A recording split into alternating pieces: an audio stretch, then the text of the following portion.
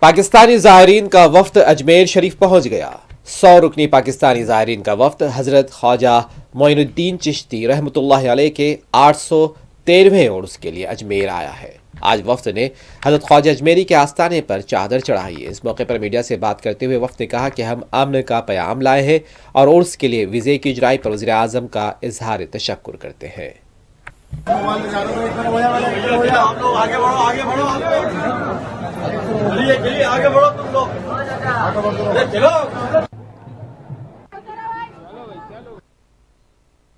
سے سب کے لیے سلام اور دعائیں، اللہ تعالیٰ غریب نواز کا فیضان اسی طرح جاری و ساری رکھے اور دونوں دیش ایک دوسرے کے قریب آئیں اور خواجہ صاحب کی بارگاہ میں آسانیاں پیدا ہوں۔ 100 پاکستانی آئے لیکن ہماری درخواست ہے 500 سے بھی زیادہ ہیں۔ ہندوستانی بھی اپنی مذہبی رسومات کے لیے درگاہوں پر آئیں اور پاکستان سے جو مسلمان ہیں وہ بھی آتے جاتے رہیں۔ یہ امن کا پیغام ہے، امن پھیلنا چاہیے، ہمیں کسی سیاست کی ضرورت نہیں ہے۔